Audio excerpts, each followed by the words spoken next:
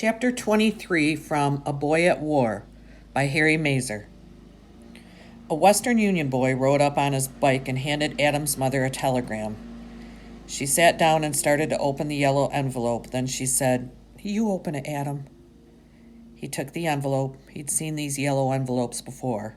Birthday greetings to his mother from her sister in Wisconsin came every year, and on his parents' anniversary there were always telegrams from their friends.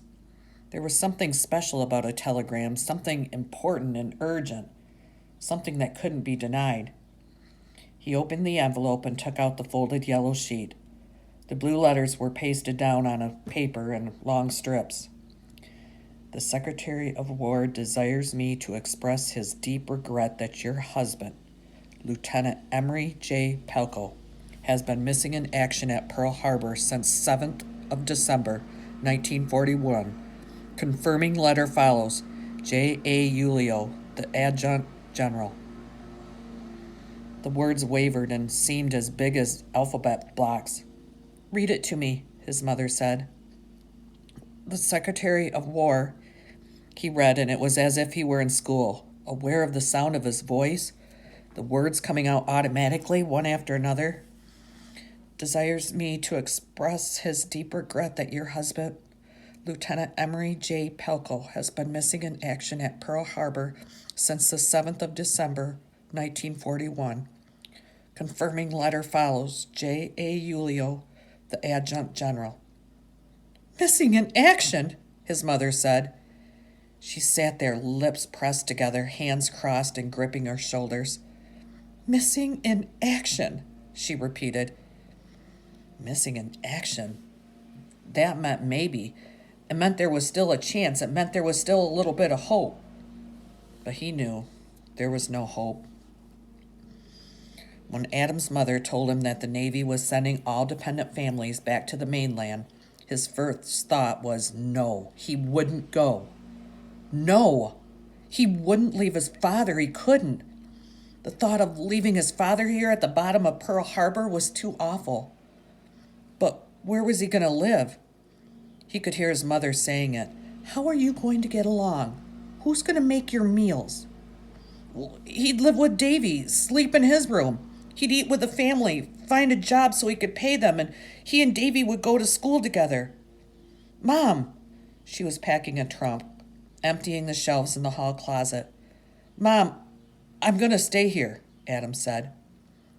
"What does that mean?" She handed him several blankets. "Put these in the trunk." "I'm staying here in Hawaii," he said. "I want to." His mother became very still. She seemed to grow taller and ominous. "Do you really think I'd leave you here, Adam? Why would I do that?" "Well, why not? You're leaving Dad." He hadn't meant to say it that way. It came out sounding so brutal. And when he tried to explain, he made it worse. "Dad's here, and we're leaving him," he cried. "We're abandoning him." "You know we don't have a choice. We're in the Navy." She took the blankets from him and put them in the trunk. "Mom," he started to argue. How are they in the Navy anymore? "It's only because of Dad." "Don't," she said. "Please." She took him by the shoulders and looked long and hard into his eyes. "What would I do without you?" she said at last. "I would miss you too much." They sailed home on a troop ship. Navy families, defense workers, and the worst of the wounded men crowded the ship. There were no bands, no banners, and no waving and cheering. The flower ladies were there, as always, selling leis off the backs of their truck. Adam bought a bunch, and they all wore them. He stood with his mother and Bea by the railing, the three of them a little apart from the other passengers. His mother held Bea in her arms. Adam thought of Rinaldi and Brown and the Marine sergeant and the officer with his arm in a sling. Where were they now? That day had been like a life apart. A whole life lived in that one day when the war started. He had gone out in the morning riding his bike down the Kamehameha Highway, and he had come home that night carrying a gun. He looked back at the city as they moved out of the harbor.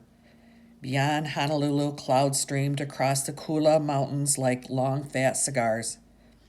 His father had smoked cigars sometimes when he was feeling especially good. Adam liked remembering that, and it hurt him too. It hurt him to think of the father sealed in that ship. It would always hurt him. People said his father and the other men were heroes who had died at their stations, heroes who had done amazing things, endured and stood fast, and they had. But when he thought of them down there, when he thought of the way they had died without a chance even to fight back, it only hurt. In the distance, Honolulu and the beaches flattened out until the island seemed to be just mountains floating over the sea. "It's like a dream," his mother said. "So beautiful and so awful."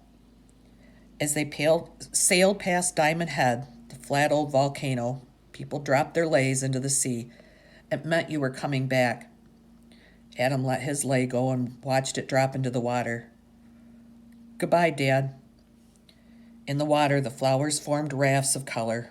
For a moment, the whole sea seemed to glow, and then it faded.